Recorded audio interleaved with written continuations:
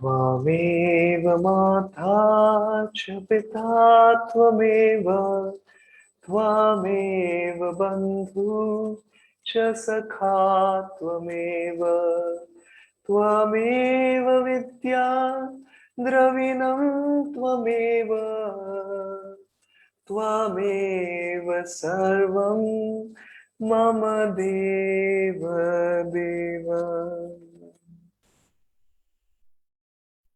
नमस्ते दोस्तों, मैं आज हमारी इस किताब परमहंस योगानंदा के साथ वार्तालाप जो स्वामी क्रियानंद जी ने लिखी थी उससे एक वार्तालाप पढ़ना चाहता हूँ। ये है वार्तालाप संख्या 35। एक बार माउंट वॉशिंगटन आश्रम में आए एक आगंतुक ने अवज्ञा से मुझसे पूछा, इस संस्था की संपत्ति क्या है? गुरुजी ने हमें बताया।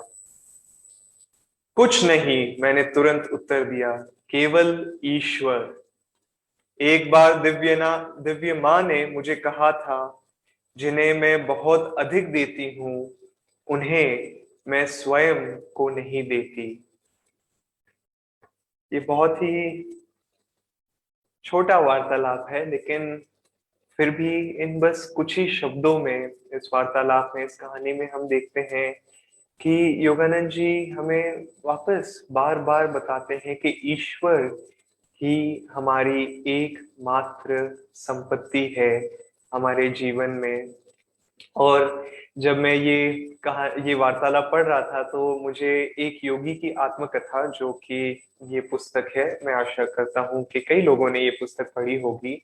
और इसमें, और यदि आपने नहीं पढ़ी है तो मैं आप सबको प्रोत्साहित करता हूँ कि इस किताब को पढ़िए। और इस किताब में एक चैप्टर है, शायद ये 11 नंबर चैप्टर है, जिसमें परमहंस योगानंद जी के जो बड़े भाई थे वो बड़े नाखुश थे योगानंद जी से। और इस समय योगानंद जी का नाम मुकुंदा था और योगानंद जी के जो भाई थे उनका नाम अनंता था। और अनंता बहुत नाखुश से थे अपने छोटे भाई मुकुंदा से, क्योंकि मुकुंदा अपने दैनिक जीवन में ये नहीं कि मैं क्या नौकरी करूंगा या क्या कार्य करूंगा या क्या पढ़ाई करूंगा, इन सबको छोड़ के मुकुंदा हर समय देखते थे कि मैं कैसे आध्यात्मिक मार्ग पे आगे बढ़ूंगा, कैसे ईश्वर को प्राप्त करूंगा। और एक बार जब हम पढ़ते हैं इस आत्मकथा में, जब मुकुंदा अपने घर से भाग गए थे हिमालय जाने के लिए, और उसी समय उनके भाई अनंता ने उन्हें पकड़ लिया था एक पुलिस ऑफिसर के माध्यम से। और अनंता बहुत आप कह सकते हैं कि परेशान थे मुकुंदा से। और मुकुंदा को उन्होंने फिर चुनौती दी कि तुम सोचते हो कि ईश्वर तुम्हारा ध्यान रख रहे हैं, और तुम ये इसलिए सोच रहे हो क्योंकि हमारे पिताजी ने तुम्हारी हर जरूरतों को देखा है। क्यों ना एक बार तुम दिखाओ कि यदि तुम ईश्वर के कृपा से, पूरी तरह सिर्फ ईश्वर की कृपा से अपनी देखभाल रख सकते हो, और बिना जो पिताजी और मेरे दिए हुए पैसे के तुम अपना ध्यान रख सको। और ये बहुत ही खूबसूरत कहानी है। आप इसको, जैसे कि मैं कह रहा था, इस किताब में पढ़ सकते हैं, लेकिन मैं इसको शॉर्ट में बताऊंगा कि अनंता ने चुनौती दी मुकुंदा को और कहा मुकुंदा को कि तुम अपने मित्र के साथ में, ये आगरा में बात हो रही थी इनकी, और उन्होंने कहा तुम अपने मित्र के साथ में वृंदावन जाओ और वृंदावन के टिकट के पैसे मैं तुम्हें दूंगा, लेकिन टिकट के पैसे नहीं, टिकट लेके दूंगा मैं तुम्हें, लेकिन एक बार जब तुम वृंदावन पहुंच जाओ तुम्हारे पास एक फूटी कौड़ी नहीं रहेगी। तुम्हें अपना ध्यान रखना है, मतलब तुम्हें खाना पीना अपना खुद ही देखना है। और यही नहीं, तुम्हें वापस अपने आप आना है। मैं तुम्हें कोई राशि नहीं दूंगा, तुम्हें अपने आप वृंदावन से यहाँ आना है मेरे पास वापस आगरा में। और यदि ये तुम कर सको, यानी तुम अपनी देखभाल रख सको, अपने खाने पीने का ध्यान रख सको, और तुम वापस आ सको बिना मेरे किसी पैसे दिए हुए, तो मैं मान जाऊंगा कि ईश्वर सचमुच हकीकत है, ईश्वर उपस्थित है और वो एक हकीकत है। और यही नहीं, मैं तुम्हें अपने गुरु के रूप में स्वीकार करूंगा और जो भी तुम मुझे सिखाओगे उसका मैं पालन करूंगा। लेकिन उन्होंने कहा था मुकुंदा को कि मैं तुम्हारे साथ तुम्हारे एक मित्र को भेज रहा हूं ताकि ये तुम पे ध्यान रख सके, और तुम्हें किसी को भी इस बारे में नहीं बताना है कि मैंने तुम्हें ये चुनौती दी है, ये मेरी एक शर्त है। और योगानंद जी ने बोला हाँ क्यों नहीं। लेकिन योगानंद जी के साथ जो मित्र थे, मुकुंदा के जो मित्र थे, वो थोड़े डर गए थे। उन्होंने बोला क्यों ना आप अनंता को कहा कि आप थोड़ा बहुत इमरजेंसी के लिए मुझे थोड़े पैसे दे दीजिए, अगर कुछ ना हो सके तो। और योगानंद जी ने बोला कि नहीं, मुझे कुछ नहीं चाहिए, मैं ईश्वर की कृपा से वापस आऊंगा और इस चुनौती को स्वीकार करता हूँ।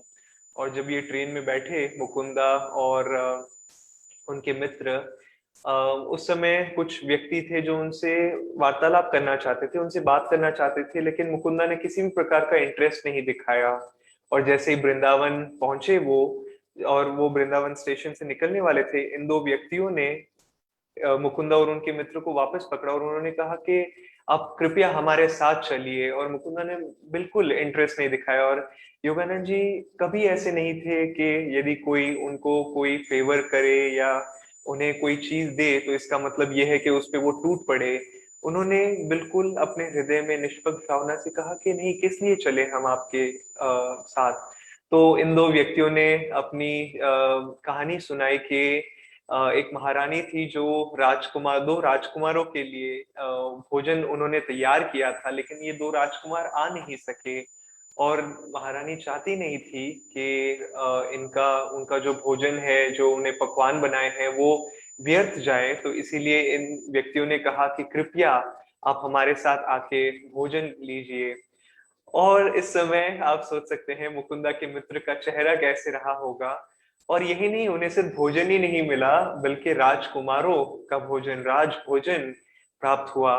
और भर पेट इन्होंने खाना खाया। लेकिन उन्होंने, ये तो दोपहर की बात है, और खाना खा के फिर इन दो व्यक्तियों ने इन्हें छोड़ दिया। और योगानंद जी ने एक शब्द नहीं बोला अपने भाई की इस शर्त के बारे में। और जैसे ही बीच चौराहे में मुकुंदा और उनके जो मित्र थे वो धूप में, कड़ी धूप में खड़े थे, और तुरंत इस मित्र ने कहा कि वो संयोग था और संजोग की बात थी कि हमें वो भोजन मिला, प्राप्त हुआ। कोई ईश्वर नहीं है, हम भूखे मरने वाले हैं, हम कभी वापस नहीं जा पाएंगे आगरा। और योगानंद जी ने कहा, मुकुंदा ने कहा कि कितनी बार जैसे ही हमारा पेट भर जाता है, हम ईश्वर को पूरी तरह भूल जाते हैं। क्या तुम भूल गए कि बस कुछ ही देर पहले ईश्वर ने एक चमत्कार के रूप में हमें भोजन प्रदान किया, और अब सब कुछ भूल के तुम बस इस बात को याद रख रहे हो कि हमें कुछ, हमारे साथ कुछ नहीं होने वाला है और हम भूखे रहने वाले हैं। कितनी बुरी बात है कि हम ईश्वर को इस प्रकार भूल जाते हैं। और क्या ये हकीकत नहीं है दोस्तों कि काफी बार हम अपने जीवन में, कि जब सब कुछ ठीक चल रहा होता है तो हाँ ठीक है, ईश्वर है, लेकिन जैसे ही एक छोटी सी कठिनाई आई नहीं, एक चुनौती आई नहीं, और मैंने काफी बार अपने जीवन में सोचा है, ये देखा है, और मैं ईश्वर को बोलता रहता हूँ हे ईश्वर आप कहाँ चले गए, आप तो गायब ही हो गए।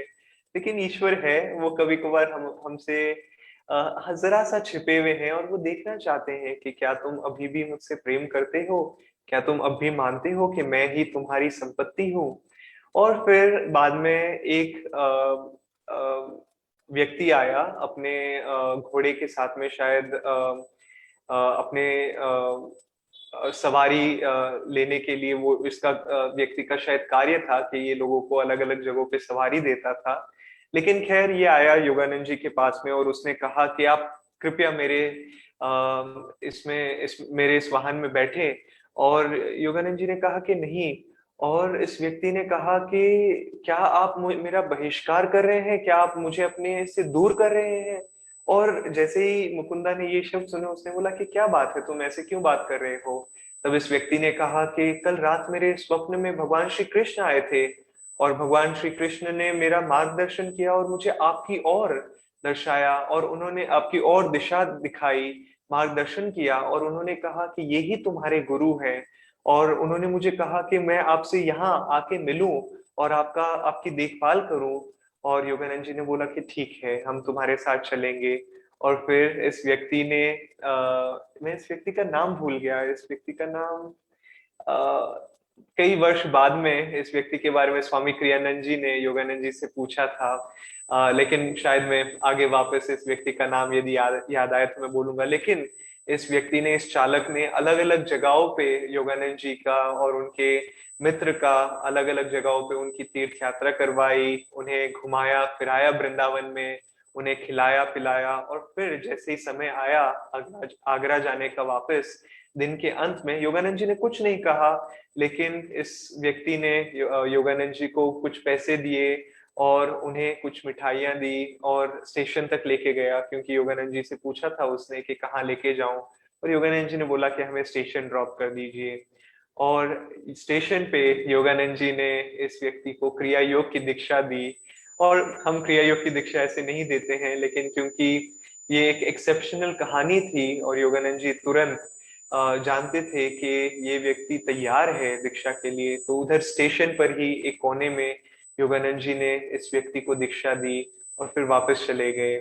और जैसे ही पहुंचे योगानंद जी आगरा, और उन्होंने कुछ पैसे रखे, मिठाइयाँ रखी अपने भाई अनंता के घर पे। जैसे ही पहुंचे और उधर मेज पे उन्होंने ये सब चीजें रखी, तो अनंता ने मान लिया कि हाँ, ईश्वर है और ईश्वर ही वो है जो हम सबका ध्यान रखते हैं। तो दोस्तों, जैसे योगानंद जी इस वार्तालाप में अंत में कहते हैं कि एक बार दिव्य माँ ने मुझे कहा था, जिन्हें मैं बहुत अधिक देती हूँ उन्हें मैं स्वयं को नहीं देती हूँ। मतलब ये हुआ कि एक बच्चे की तरह सोचिए दोस्तों, कि जब एक छोटा बालक रोता है तो सबसे पहले माँ क्या करती है, वो उसे कुछ खिलौने देती है। और फिर वो वापस यदि थोड़ी देर खेलता है उन खिलौनों के साथ में और फिर वापस रोने लगता है, तो क्या देती है माँ उसे? एक माँ कुछ और खिलौने, शायद और भी बढ़िया खिलौने। और फिर वापस थोड़ी देर के लिए ये व्यक्ति, ये छोटा सा बालक बच्चा रोता है। और फिर जब वो जोर जोर से रोने लगता है, वो कहता है कि नहीं, अब मुझे कोई खिलौने नहीं चाहिए, मुझे आप चाहिए माँ। तब वो माँ क्या करती है, वो नीचे झुकती है और इस बालक को उठाती है और अपनी गोद में ले लेती है। तो उसी प्रकार दोस्तों के शुरुआत में यदि हम थोड़ी देर रोते हैं ईश्वर के लिए, पिता परमेश्वर के लिए, दिव्य माँ के लिए, अपने गुरु के लिए, तो गुरु शायद शुरुआत में कुछ खिलौने दे देते हैं, कुछ शायद अनुभव भी दे दे, और हम उसमें यदि संतुष्ट हो जाते हैं तो हम ईश्वर को भूल जाते हैं और ईश्वर चले जाते हैं। लेकिन यदि हम जोर जोर से रोते हैं और कहते हैं कि ईश्वर मुझे कुछ भी नहीं चाहिए, मुझे सिर्फ आप की आवश्यकता है, तब ईश्वर स्वयं अपने दोनों हाथ नीचे लेके आते हैं और हमें अपनी गोद में ले लेते हैं। और दोस्तों, जब योगानंद जी ने इस वार्तालाप में कहा कि सिर्फ ईश्वर ही उनकी संपत्ति थी, वो ये नहीं कह रहे थे कि आराम से कुर्सी में सहारा लेके बैठ जाओ, किसी कार्य की करने की आवश्यकता नहीं है, अपने पाँव को उठा के मेज पे रखो, आराम करो, कुछ कार्य की आवश्यकता नहीं, बस ईश्वर का नाम लो और अपने आप सब कुछ आ जाएगा। योगानंद जी ने कभी ऐसी सीख नहीं दी थी और उन्होंने अपना जीवन भी इस प्रकार नहीं जिया था। जब योगानंद जी अपने गुरु और बाबा जी के कहने पे अमेरिका गए थे और क्रिया योग का प्रचार करने गए थे, उस समय योग का नाम तक लोग नहीं जानते थे, योग क्या होता है वो तक नहीं जानते थे। और उन्होंने उन्हें बहुत मेहनत करनी पड़ी। और ऐसा नहीं था कि जैसे हमारे भारत में होता है कि लोग गुरु दक्षिणा देते हैं और लोग अपने गुरु का की देख रेख रखते हैं, उनके जो कार्य है उनका ध्यान रखते हैं। उस प्रकार उस समय अमेरिका में ऐसी आप कह सकते हैं कि ऐसी शिक्षा नहीं थी और लोग जानते भी नहीं थे कि इस प्रकार का कल्चर हुआ करता है। तो योगानंद जी को बहुत मेहनत करनी पड़ी। योगानंद जी कहते हैं कि उन शुरुआती सालों में उन्हें 18-18 घंटों तक सीधा काम करने की आवश्यकता होती थी और कभी कभार तो भोजन करने के लिए भी समय नहीं रहता था। और योगानंद जी को उस चीज की आवश्यकता नहीं थी, इतनी मेहनत करने की आवश्यकता नहीं थी। वो तो ईश्वर के साथ एक थे। जैसे उन्होंने बाद में अपने शिष्यों को कहा था कि वो अवतार के रूप में पैदा हुए थे, कि पहले से ही वो ईश्वर के साथ एक लीन थे और ईश्वर के संदेश को लेने के लिए आए थे वो, और बाबा जी की इस क्रिया योग की शिक्षाओं को सिखाने के लिए आए थे। तो उन्हें इतनी मेहनत करने की आवश्यकता नहीं थी, वो तो लोगों की सेवा करने के लिए आए थे, और यदि वो चाहते तो अपनी पीठ इस कार्य से फेर सकते थे और वो कहते कि मैं तो ईश्वर के साथ हूँ, मुझे मेहनत करने की आवश्यकता नहीं है। लेकिन उन्होंने क्यों इतनी मेहनत की? और वो चाहते तो ये भी कह सकते थे कि हे ईश्वर, मेरी इन सारी कार्य में मेरी मदद करो, मुझे इस धन की आवश्यकता है, मुझे इस बिल्डिंग की आवश्यकता है। नहीं, उन्होंने मेहनत की। क्यों? ताकि वो हमें दिखा सके कि इन दोनों चीजों में, कि ईश्वर को पूरी तरह से संपत्ति के रूप में मानना और उसके साथ साथ अपनी ओर से पूरी तरह से कोशिश करना, इन दोनों के बीच में तालमेल की आवश्यकता है। क्योंकि काफी बार लोग कहते हैं कि हाँ हाँ ईश्वर सब कुछ कर देंगे, और लोग आलसी हो जाते हैं।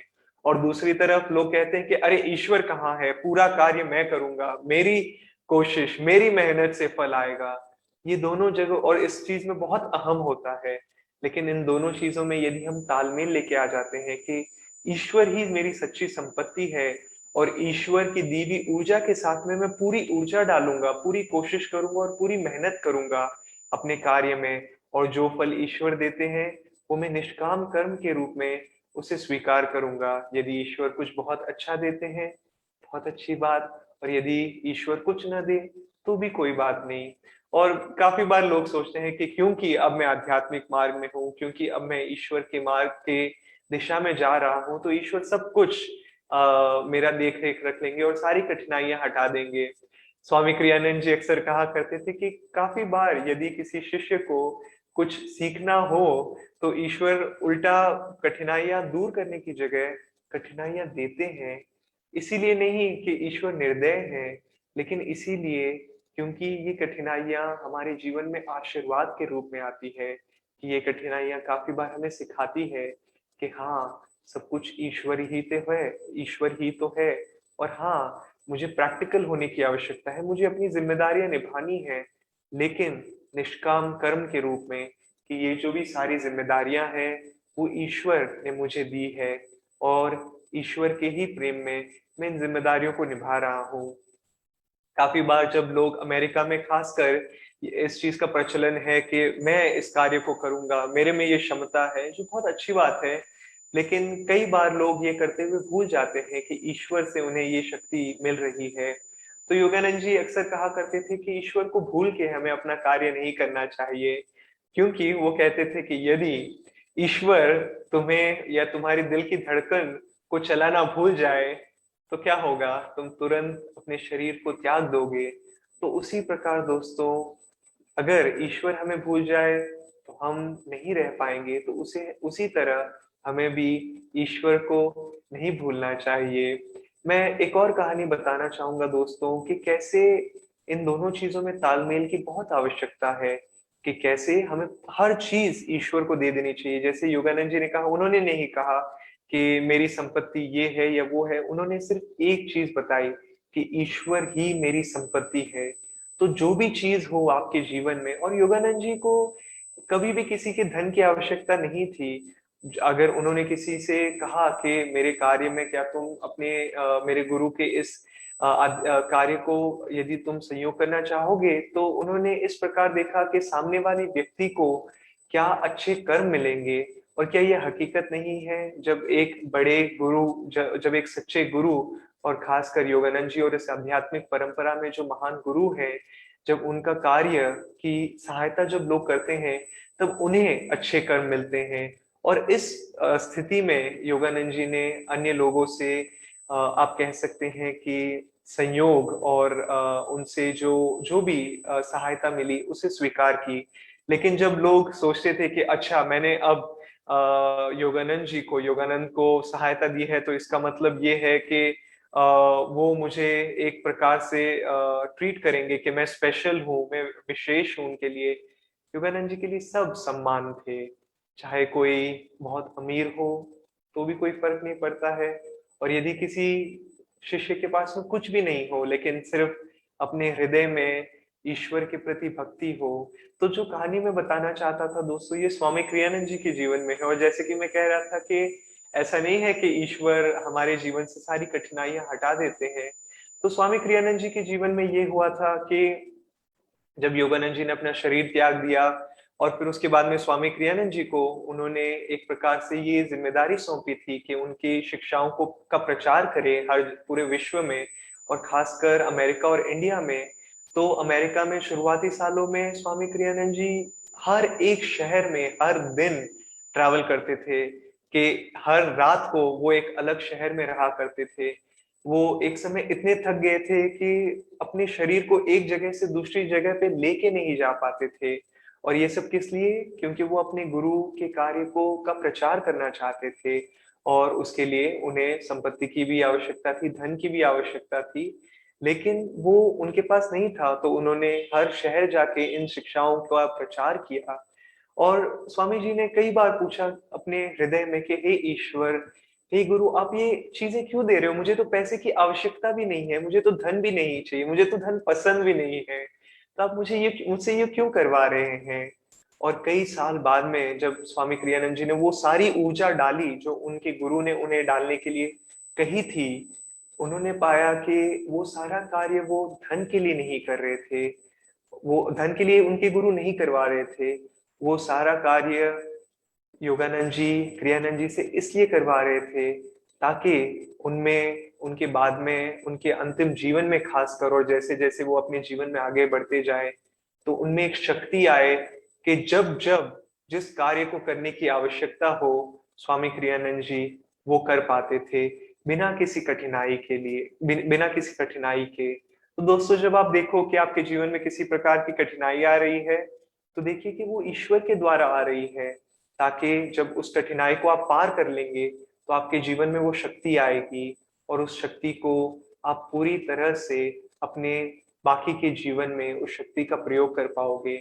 और जैसे जैसे, मैं ये नहीं कह रहा हूं कि आज ही हम सब कुछ छोड़ दें और कह दें कि हाँ, ईश्वर ही मेरी सच्ची संपत्ति है, लेकिन एक कदम लीजिए और देखिए कि मैं इस जगह पे कोशिश करूंगा कि ईश्वर ही मेरी सच्ची संपत्ति है। और वहां फिर आपको एक अनुभव होगा, और उस अनुभव से जो शक्ति मिलेगी, उस शक्ति के द्वारा अपना अगला कदम लीजिए। और एक कदम के बाद एक कदम, जैसे जैसे आप अपने कदम ईश्वर की ओर बढ़ाते जाएंगे दोस्तों, ईश्वर, मैं अक्सर कहता हूं कि 10 या 100 कदम आपकी ओर बढ़ाएंगे।